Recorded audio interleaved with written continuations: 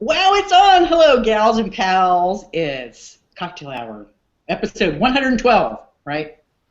Yes, okay. So here we are again, all excited, and we're all knickers in a twist, because not only is it me on here, Andy, but we have Sherry, who is not Hello, can you hear me? Oh, yes, we can hear you. Hey. Sherry's having little bits of technical issues, so she may come in and out on audio. So don't despair, though. We got to back up with text, so don't worry. And with us, I wish I could have a drum roll. With us is the elusive, talented, and effervescent Barbara Ann Wright. Hello, everyone. I love having you here. You need to come on here more often. Well, I can't be elusive. I'm around all the time. That's true. I have a reputation to maintain. I'll find another adjective. Don't worry. It's all right. Okay, so yeah, I think we do have some housekeeping issues before we get to have some fun hijinks with Ms. Barbara Ann, right? So if Sherry can still talk? No, she's shaking her head no. No, I can still talk. I don't think we have any housekeeping issues. No housekeeping, nothing? No, we did a non-authored guest show last time, so we didn't have anything to give away. Okay, but we didn't have anything from the show before? We took care of that on the show before. We did? We took care of that on last show. You are so good, I completely forgot. Oh my God, that's... It's that on-the-ball attitude that keeps people coming back. Yeah. Well, they expect it from me. Seriously, they do. Because I warned them, almost every damn show. Got a shit memory. So, what are we drinking? Let's go with that first. I decided, in honor of the urine comments in the book for beer, I'm having a beer. Brava. Yes. Barbara, what you drinking? I am drinking water out of a sparkly cup because I am on various drugs. Well, you got to take care of your health. But it's sparkly, and it's got a little star on that, and the straw. It does. Look here. I am having decaf coffee out of an old X-File cup mug that I got back in the 90s. Nice. Wow. I like it. Not nothing. Awesome. Well, I would just like to say that I take pride in holding up the cocktail hour portion of, or the cocktail portion of Cocktail Hour this week, this episode. So it's all riding on you, so you have to have like 3 beers by the time we're done. I only brought the one in, and it was half gone, so I got caught up with the technical difficulties. So before I lose audio again, like I did last episode, I just want to say hello, everyone. It's so nice to be here. So if you see me going like this, it means I lost my sound again. Okay. Okay. It's good to know. Good to know the sign. Barbara's here to talk about her latest book, Paladins of the Stormlord, and it is book 1 of the Godfall series. I think it's the Godfall series. Is that correct? Yes, it is. Here, hold that up again. For the people at home. Oh, I love that. You know what? A couple things I want to mention before we get started with the story itself. I love that cover. I thought that cover kicked ass. That was a rocking cover. And secondly, I'm not even out of the first chapter of this book when I started reading it, and I went, oh my God, I forgot how well Barbara writes Jesus Christ. Oh, thanks very much. It's always nice to hear. I went back, I'm like, oh my God, I think I'm 3 books behind. Yeah. No kidding. Not on this series, clearly, but I'm like, oh my God, I think you've written 3 books since the last time we talked. I think so. Yeah, you're right. Because I think we had just done the second of the Pyramid series, and we missed Thrall completely, and then this one. Is that right? Well, there was 2, right? So there's 4 total in the Pyramid series, and then Thrall, and then this one. You're right. Yeah. So we missed we got 3 books. Gotta catch up. We do. We need to. I know. Seriously. I know. There should be a tag. Thank God you're not coming to GCLS because, girl, I have a feeling I would get a whooping. I will send people. Don't send Beth Burnett. Don't do it. No, but make sure that you send the dolls. Yeah, well, you're going to not expect it, right? You're going to unzip your suitcase, and there they are. Like little ninjas. Tiny knives. little fairy ninjas. All right, so Paladins of the Stormlord. You want to give us a quick little synopsis? Sure. It's about this group of colonists who get thrown off course, and when some of them awaken from this accident, they have these mental abilities, these mind powers like telepathy and whatnot. They send the colonists to the surface and decide to be gods over them. And the bulk of the story is set 250 years after that, when events between all of these gods and the things they've done to the planet have all kind of come to a head. Wow, that's a nice short synopsis for sure. It's fair, but it's good. So I don't know if I get to go first because I may have technical issues. I may have to leave. I don't know. Well, I can't leave because I'm running the show. But no, go ahead. While you have audio, let's take advantage. Okay, excellent. So first of all, you really kick ass at sci-fi. Oh, thank you very much. Yeah, I mean, I wasn't sure where how it was going to go and all of that, but and especially I think I read in your acknowledgments or in, something you had said, I'm not really sure if I'm going to do this sci-fi thing very well, but this is my best shot. So my expectations weren't super high. I mean, I knew that there'd be fun characters, there'd be some good humor and some action because I know that you do that. But the sci-fi aspects of it were really awesome. I liked it so much. Thank you. Yeah, and the story itself seemed really original. I don't read a super lot of sci-fi, but I don't think I've read anything like that before. And it was interesting that there were characters that I started out really liking that ended up being like, God, he's a dick. And even Dylan or Laszlo?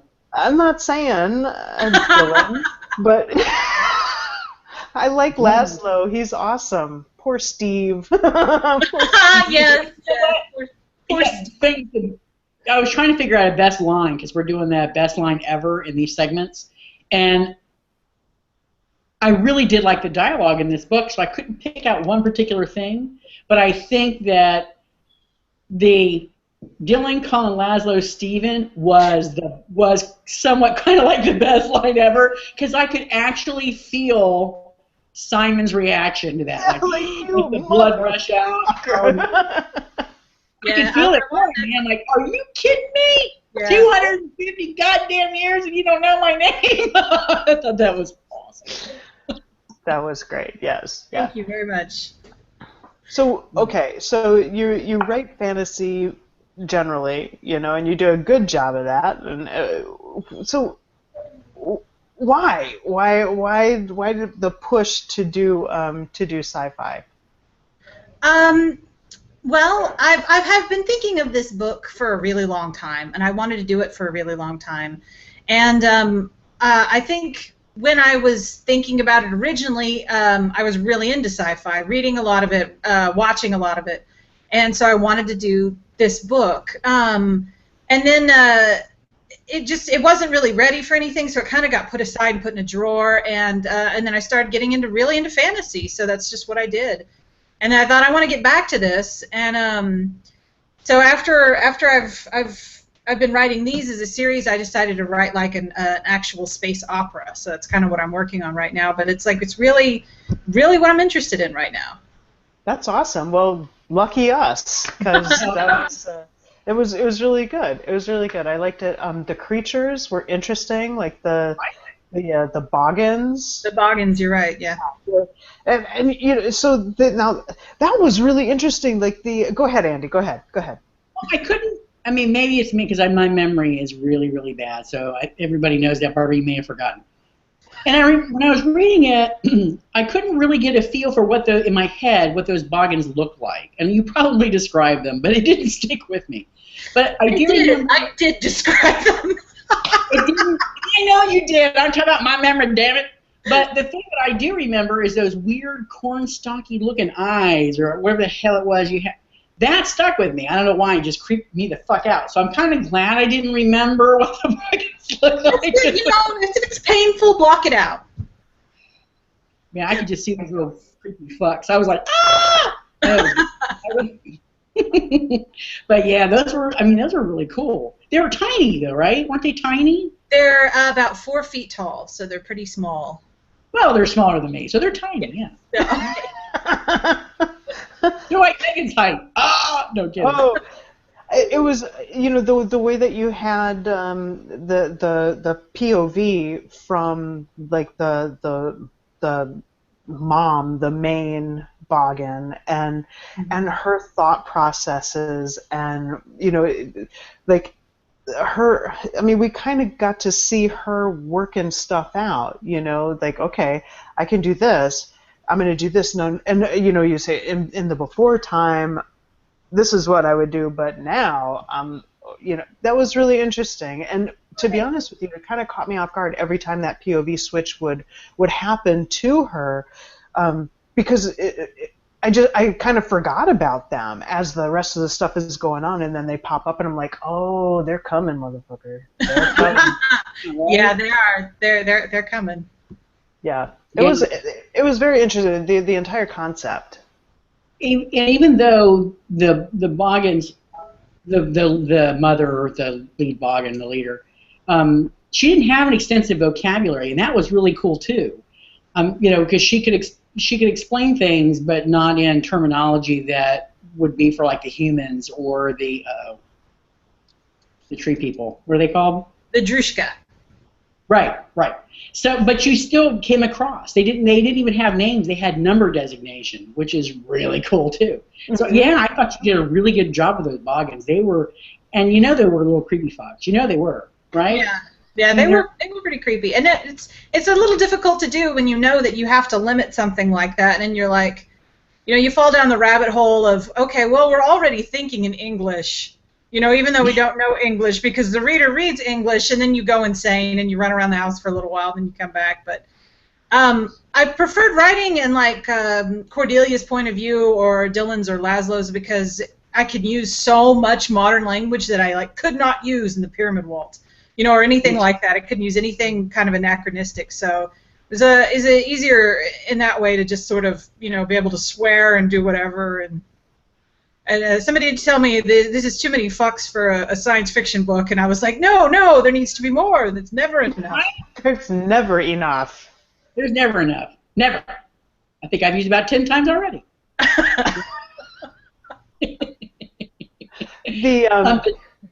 Oh, go ahead. Drushka. It's a. I found out far after I wrote it that it's a Russian dessert. Well, I'm sure Cordelia found that to be the case. Oh. Very good, very good. That was a good one, right? Yeah. One good one of the day. Yeah, I wish those creatures were real, though. I mean, the way you describe them, it's just like, wow, that's really awesome. And then the queen, oh my God. I was like, I just couldn't put the damn book down. I could literally not put the book down. Oh, very good. I love to hear that. Oh my God. So yeah, those, I don't want to give too much away because it's a new book. You know what I mean? I don't want to give too many spoilers, and I really want to talk about that queen and then the other queens, but I can't. But needless to say, the concept was cool. I like those characters too. I really did. Shiv and Nettle. Yep. Yeah, cool, very cool character. That was an interesting thing, the way you had, like, no, I want them to name me. That was really interesting. And I don't think we never got to find out what SAW stood for, what the significance of that was. Did we? Did I miss that? Yeah. It's in there, but it's like oblique. It's rain. Oh yeah, that does sound familiar.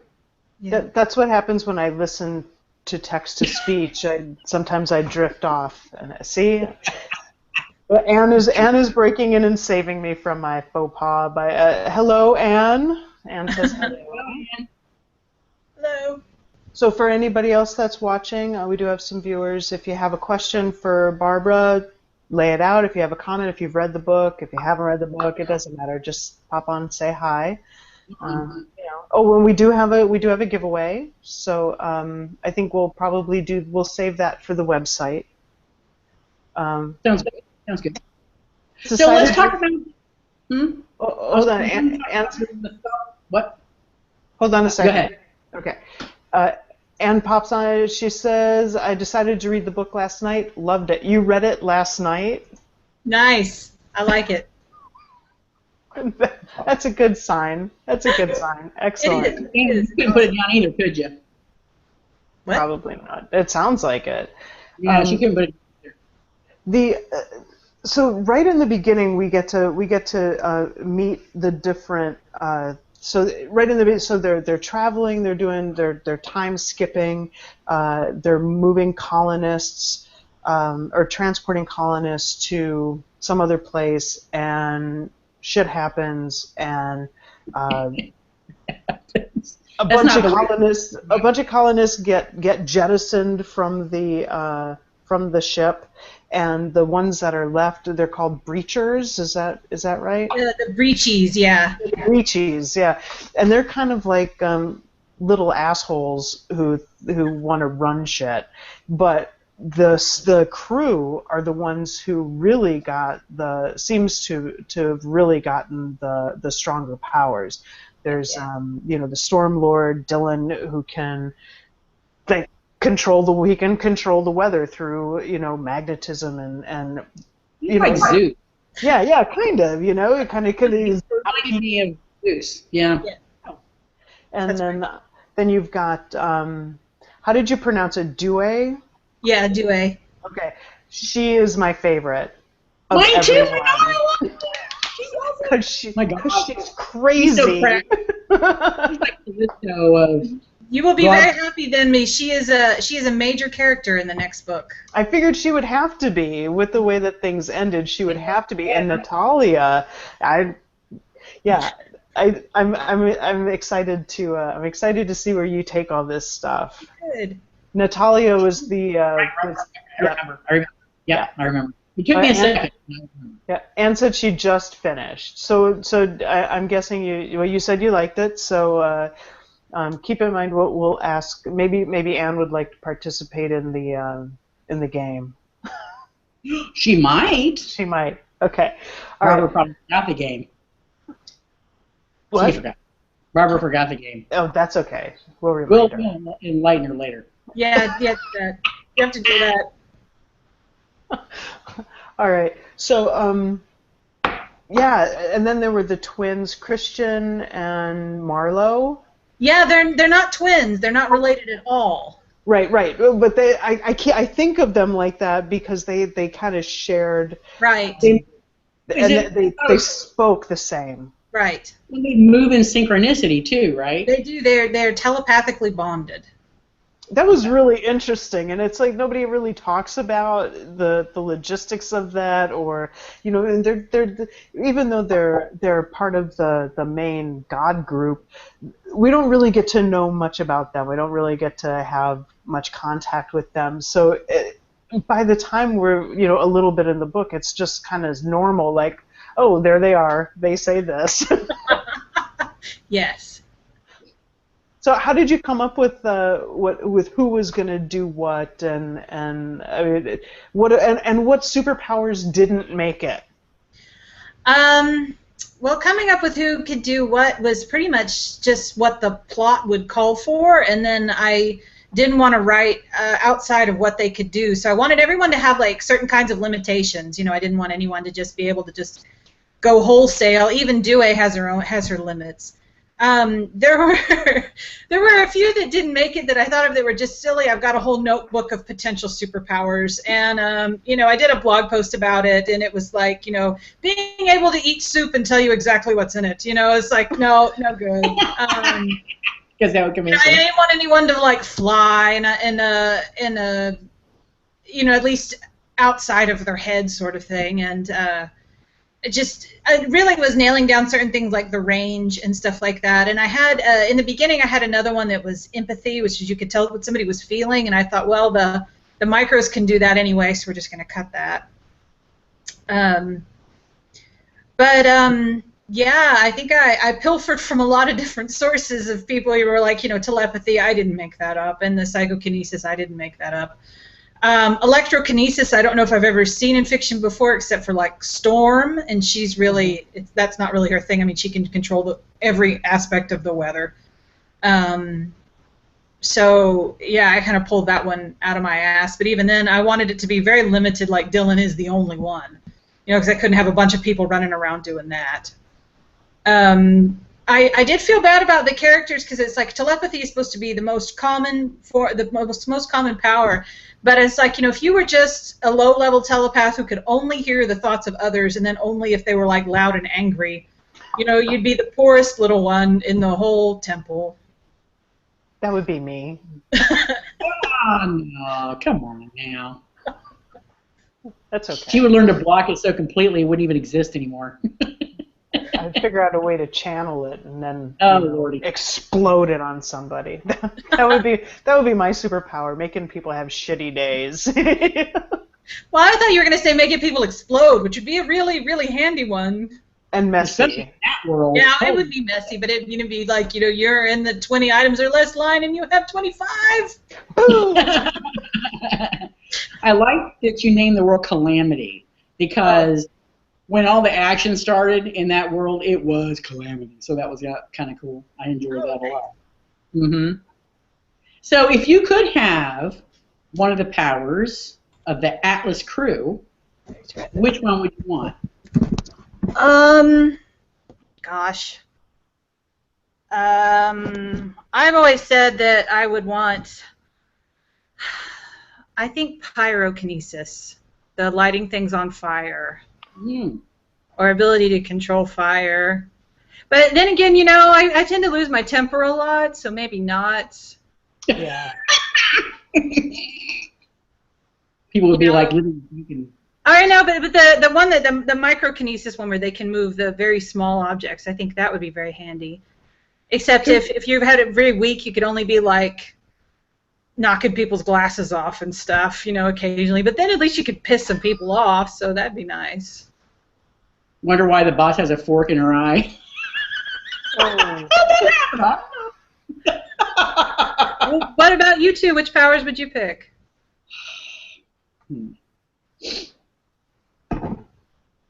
It's not so easy now, is it? I like the craziness of Dewey, actually, but I'm not exactly sure what it is she can do. She can do a bit of everything, a little bit. So tell me more about her powers, please. Dewey has every power except for Dylan's. So I kind of wanted it to be her. She's the one who loses an eye, right? Yep. Yeah. And I wanted it to be like this, whatever this force is that gave all of them these abilities, since she was punctured, like all of it came in. So she has all the rest of their powers combined, but unfortunately it's driven her insane. So. But in a good way. I mean, she's funny, and she could have been just terrifying and mean, but now she's terrifying and funny. Well, she's always good. Always preferable. Everybody, I love it. Yeah, that's who I would pick. Those powers, everything, but I don't give a shit about the fucking weather. Okay. I don't know. See, I would. My first response is to go with Dylan's powers, but then I have a super hot temper that flares really quickly and then dies down. And by the time I was cooled off, I'd have killed everybody. So maybe I should go with more of Laszlo, where I can, like heal people and do the because I like his secret. He can kill people too when he wants to, but. Well, I think, but then he can probably, like catch himself and go, oh shit, let me heal you up real quick. Yeah. So I'd pick him. Carol wants to know, with the pyrokinesis, could you accidentally set yourself on fire?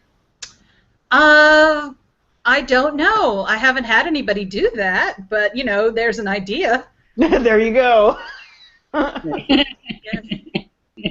She'd be like the mother of dragons, though. She could just walk right through the fire, no problem. Well, if you did, I would hope you could put it right out again immediately. But I guess if you were just like, no shit, then you lost your concentration. You'd just be gone.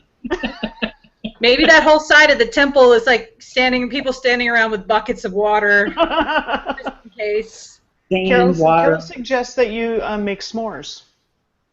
Out of yourself as you're on fire? Oh, there we go. I got that. Well, your life is ending. Why not? Chocolate. Chocolate. Oh, yeah, you're right. You ain't right. All right. It's hard to talk about what's next since we can't really talk about what's happened. Okay. When's the next book coming out? I believe it is January 2018. I might be wrong about that. No, I'm sorry, not 2018. Sorry. January 2017. Okay, that's better. Yeah, sorry, you have to think so far ahead. Yeah, no, it's January 2017. Don't quote me on that. That might be wrong. It might be more like April. Well, that's only a couple months. I don't have a definite date yet. So sometime in the beginning of next year. Right. So my next book is actually out in September, but it's something completely different. What is that? It's called Coils, and it's about a modern day woman whose aunt disappears, and she discovers that her aunt has gone to the Greek underworld. So she follows her, and she meets the famous Medusa, who will help get her and her aunt home if the girl agrees to commit a murder for her. And it's actually a comedy. It doesn't sound like it, but it is. Wow, that is quite a departure. I couldn't actually see you writing anything without some humor in it, though. I agree. I love humor, but this is actually my first attempt at a full-blown comedy. Wow. So there are some serious moments, but it's supposed to be funny all the way through. And if it's not, I'm going to look really stupid. We're hoping. I wish you awesome success with that, and I hope that it leads to many more. I love comedies. Love them, love them, love them. If I could get Colette Moody to write a new book once a month, I would do that. It would be like my wish. If I could have like the genie, that would be it. I would love to find more authors who write comedy. It's just such a great thing in there. I don't think there are very many that do. Robin Alexander, she comes to mind right away. I love her stuff. Ann has some humor in her books, but they're not just straight. Ann McMahon. Oh yeah. Yep. They're not. I mean, they're not based on a comedy, but I mean there are frequent humorous moments. Yeah, so. Anne likes to. She writes really funny stuff and sneaks serious moments in there. So yeah, you're right. Yeah. So I'm sure I'm missing others. It's raining outside and I have the window open. It's very nice. I just want to share that with you. Okay, so I want to know a little bit more about Cordelia. Okay. She's 5'10". She's currently in a relationship. Cordelia is probably the character that I wrote that's most like me from probably 10 years ago. Or at least the person that I wanted myself to be, a badass who wants everybody to know she's a badass. I never quite achieved that part. You're a badass. We all know it.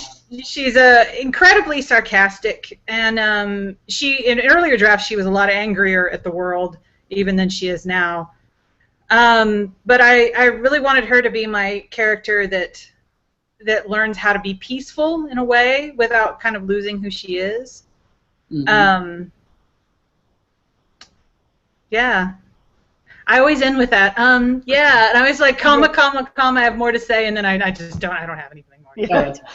So one thing that kind of caught me off guard. Oh, I'm not going. Okay. Yeah, you're getting back.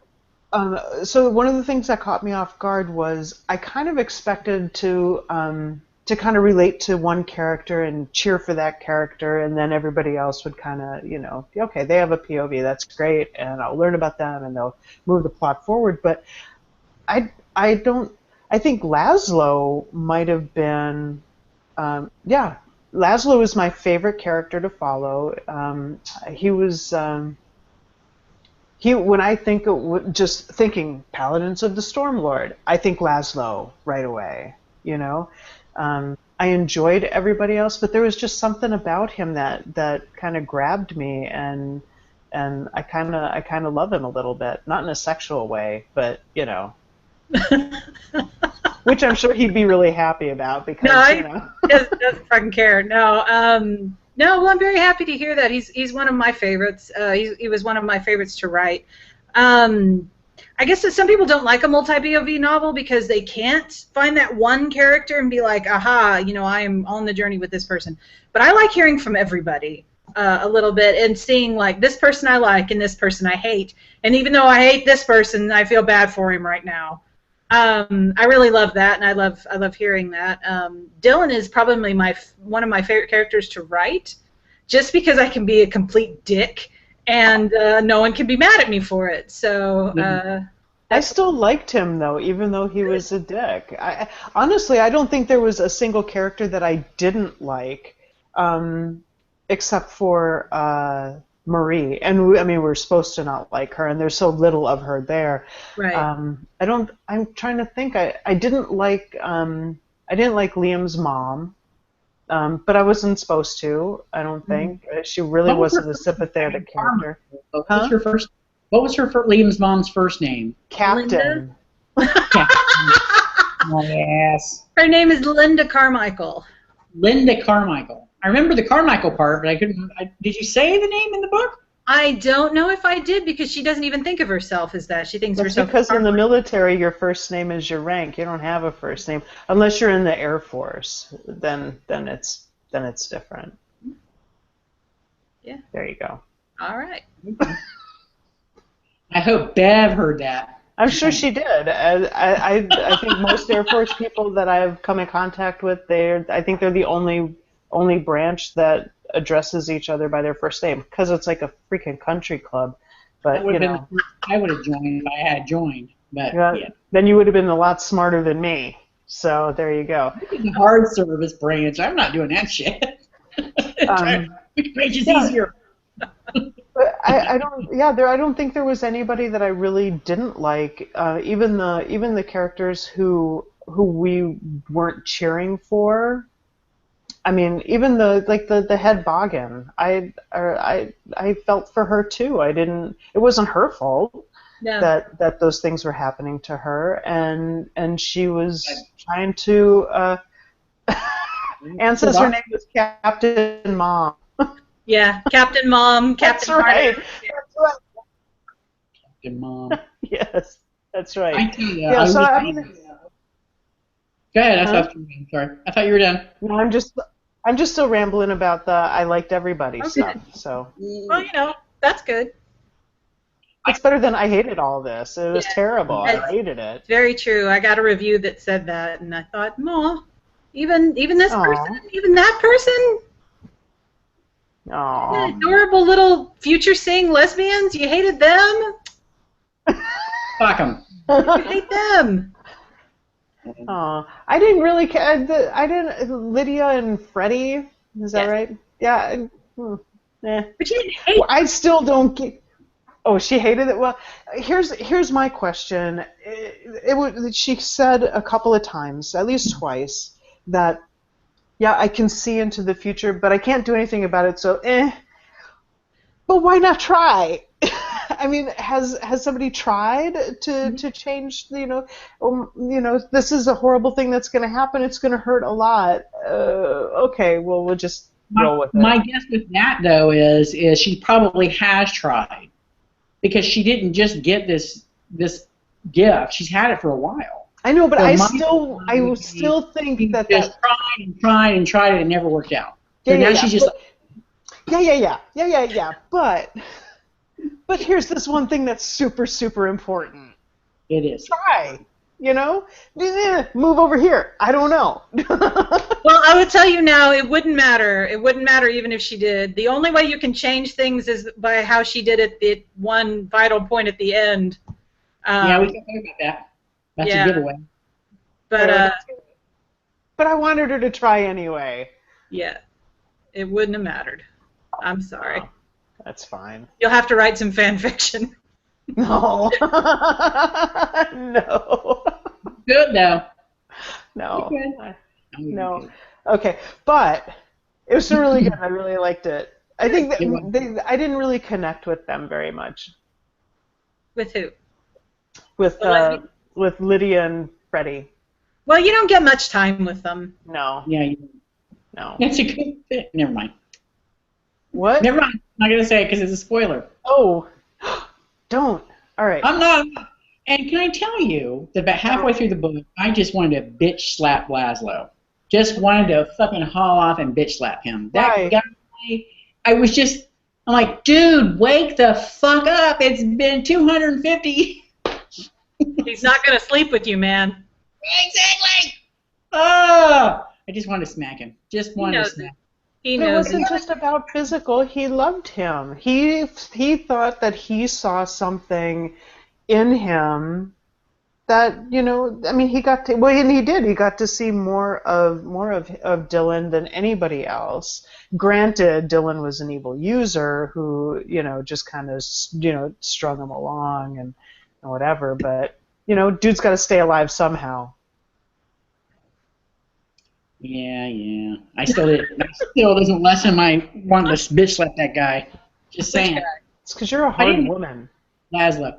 Oh. I'm not saying I didn't enjoy his character, and I certainly didn't page through real quick when he started talking.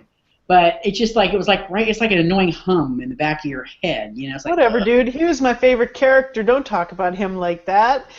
He deserves your respect and your empathy. Whatever. You shut up.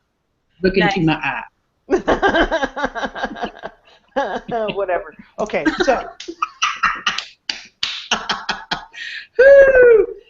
Okay. All right. So if this were to be a major blockbuster movie, yes, please, I'll take it. Fox, if you're listening. I know you will. So who do you got? Who have you envisioned playing these parts in film? Have you thought about that? God, no. I know who I kind of pictured Dylan to look like, and I don't know what he actually looked like because I don't remember anymore if he was described. But I kind of see, what's his name, Dylan McDermott, the dude who was the guy that's always in American Horror Story. Oh, right. With his little 5 o'clock shadow and whatnot. Yeah, that's who I see. I'm not saying that's who should be cast. That's kind of how I pictured him. Although he usually does play prick characters, so I mean it would actually go hand in hand with his acting range. But yeah. I'm just talking about how he looks, dude. As long as he's a very handsome man, because I always picture Dylan as being very handsome. How he gets what he wants most of the time. Yep. I think that guy's kind of sexy. Yeah. So there you go. Let's do it. Call him. Get him on the phone.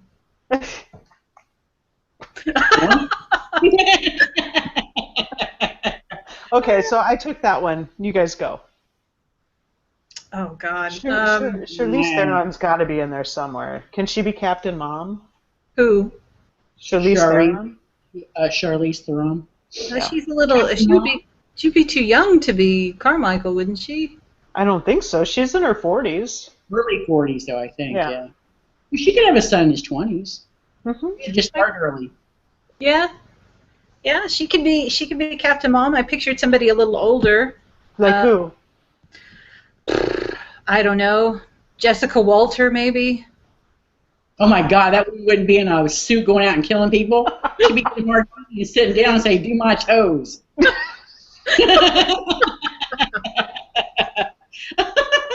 Oh, Linda Hamilton. There you go. That would work. Oh, if she would talk. She's short, though, isn't she?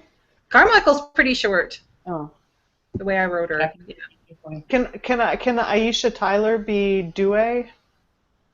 Yeah, sure. I'd take all these people. That'd be fine. That'd be great. I think you'd have a hard time finding somebody to play Cordelia because she's such a muscular woman. Maybe that oh gosh, what's her name? The woman who was a cage fighter. She was in an action film, and then wasn't she in Deadpool? Oh, I know who you're talking about. I don't know her name, but yeah, I don't remember her name either. I don't know how much of an actress she is because they hardly ever have her speak. Holy shit, she's huge though. She is, yeah. That's how I always pictured Cordelia as a large, muscular woman. Wow. All right. She'd snap some twigs. Yeah. Snap some twigs.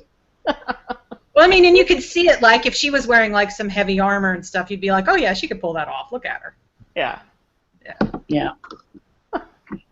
And why she couldn't be in the top branches of those trees without that powered-up armored suit. Mm-hmm. She's heavy. Just muscular, but heavy. Yeah. All right, so Laszlo. Let's go with Laszlo. Who could be Laszlo? Oh, Lord. Blonde, so... Think of any blondes. Charlize Theron in drag. There you go. Yes. Tilda Swinton. That's who it is. There you go.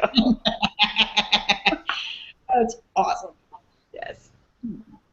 All right. Well, I can picture a young Val Kilmer. Young Val Kilmer. That could work. Yeah. How old is Laszlo? I thought it's somewhere in his late 30s. Maybe a younger Brad Pitt. Yeah. I don't know. That's pretty devastatingly handsome. I was thinking like medium cute. Oh, okay. Yeah. I like that he wore his glasses when no one else wore glasses anymore. I like that. And then he healed himself up. But yeah, I like that. All right. Well, I don't have anything else. What?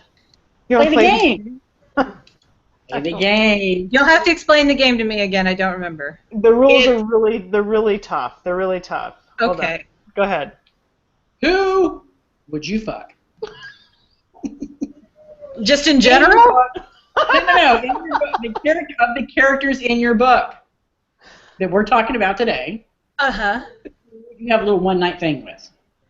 That's the game. Just a one-night thing. Any spouse you have is okay with it because it's just it's a one-night deal. I think Samira. I forgot about her. Leslie's friend from later, Samira, and maybe Reach, the Drushkin ambassador, and then I would have to do Dylan just to take that 18 charisma out for its test drive. Did you roll their character? No, but I thought he would probably have one. He would probably be very charismatic. And I would say that I'd have to do that at least once. I wouldn't call him ever again. But it's sort of like Gregory House, right? You're like, I'm kind of curious, but I ain't calling that bastard. Yeah, right. No kidding. That's all. It would be interesting. It would be interesting. Get a little low-level electricity going there. Just saying. Yeah. Andy? That's true. Huh? What? Ann is playing. Oh, Ann's playing? Who's she picking? Okay. Ann is picking Captain Mom or Cordelia. She said it's a uniform thing. Okay, good. Good to know. Big, heavy armor, though. Big uniform. Yeah, Big uniform. Wow. Yeah, you have to skip the foreplay because you'd just be too busy. Taking the armor off is the foreplay. That could be it. That could be it. Andy, I think you and I are picking the same person, so you can go ahead. I'm going with Natalia. As that would be terrifying. as long as she is has a guest, if you know what I mean. As long as she's what? Has a guest with her. You know what I mean? No. Try not to get shit away. I have no idea what you're talking Oh, about. as long as it's earlier in the book rather than later. No, the later one. Oh, you want the later one? The later one. Yeah. Oh, all right. Wow. All right. Put me in your will. It's a one-night thing, y'all. I don't expect any phone calls or follow-up. Dude, she would kill you. What a way to go. The corner Right. comes in. Why do you have that enormous smile on her face? I'm going with Due. Speaking of scary, See, listen. That's where I was. Am I wrong? Aren't they connected at the end? I'm trying not to give this shit away. Not like that. I don't. What? We'll have to talk about this offline because I don't All want right. to. I don't want to give nothing away. Damn it. I'm taking her by herself because I couldn't handle any more than that. And I need a crazy. well, you're taking her by herself, and then the rest of the people in her head are probably going to be there too. I'm okay with that. I'm okay with that. As long as they don't hurt me. I just don't want them to hurt me. They don't get to hurt me. Yep, that's what you say. Yeah, Anne, in the epilogue. But What did you say? Anne says in the epilogue. Does she know where I'm going with this? Yeah, we know. Yeah, but I don't. Maybe I need to read. I didn't get. We can't talk about it. So. You can't. But it's interesting though that we basically essentially picked the same characters here. We did, but I don't want Natalia anywhere near me. Anywhere near me at all. Woo! He's scary. Like, maybe we should play the game in the future and say, and survived. Right? Yeah, that's right. Come away with- Well, that's a different game of like, who would you fuck? Who could also kill you? Well, that would be everybody in this one. Everybody. Or we could play like we could do a follow-up game like play the lesser of the evils, right? Like who is the character you would want to fuck the least, right? Like you have to pick the anti. Marie. Mine would be Marie. I would like she is my no, I don't want no. Why don't I remember who Marie is? She was the leader of the Breachies who was The Contessa. Yeah, she was. Oh, I remember now. Yep. That helped, Sorry. right? That is. It was that movement singularly. Yes. That's how I pictured her walking around. That's how I picture her. So funny. All right. Well, I think for the game, for the giveaway rather, not for the game, for the giveaway, maybe we could ask folks to post what they would want if they were, struck by some alien things and given a superpower of some sort, what would they want theirs to be? Yes. Yeah, I like that. All right. That way they don't have to have had to read the book. They can just come at it. So somebody remind me of that because I don't have my. I'll remind you. The ability to walk into a room and make it smell like air freshener. That's what you can do. That would be good. I mean, Most 30 seconds, all I can do, and it's kind of pathetic, but everyone likes to have me around.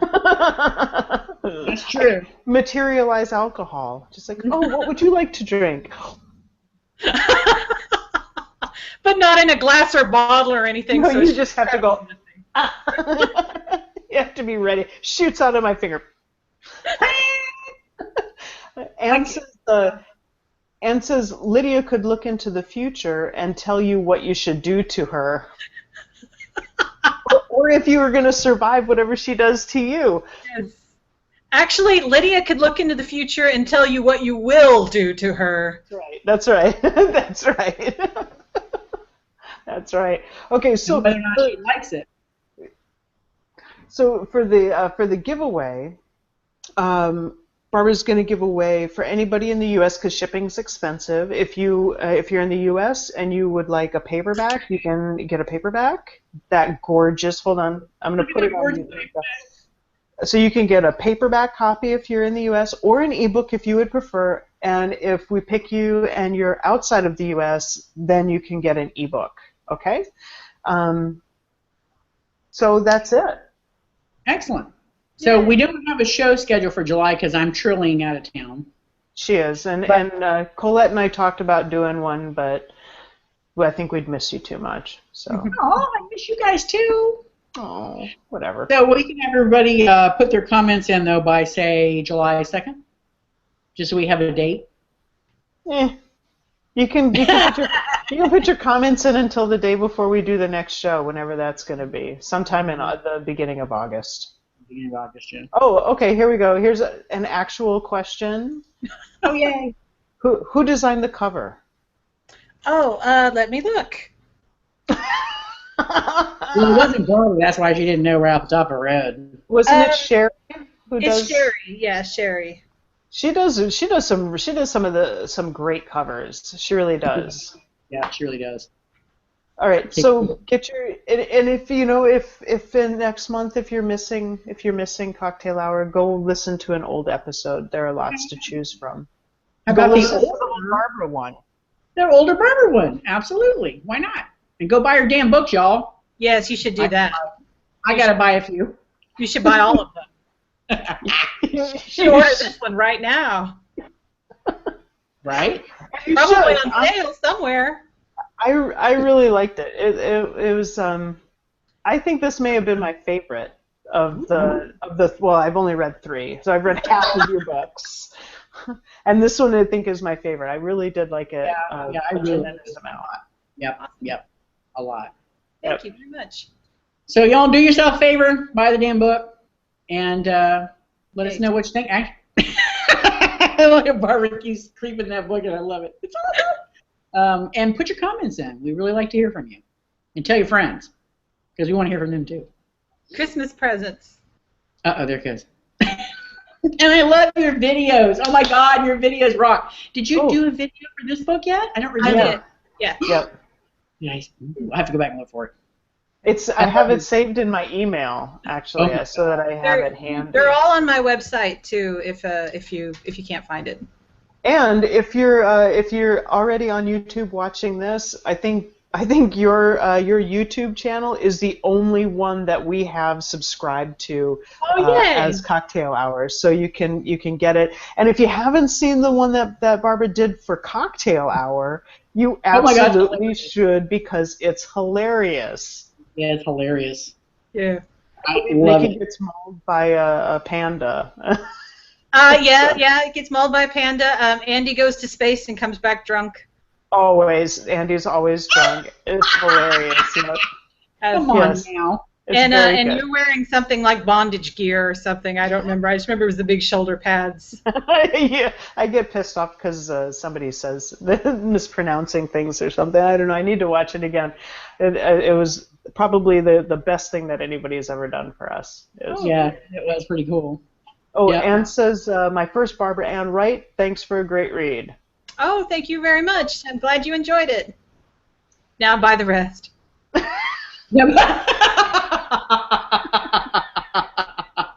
ain't no shame in your game. I love that, sister. And I'm sad I won't be able to see you this year. Well, there will be other years. I'm thinking of going next year because hopefully I'll have more money in the budget. But you know what? If your watchers buy more books, then I will have more money in the budget to go and do things and meet people. That's right. I love you waving the book. That's fantastic. All right, well, I'll probably see you in Chicago then. Yes, that would be awesome. Excellent. Cool. All right, well, thank you again, Barbara, for being with us. We love to have you on.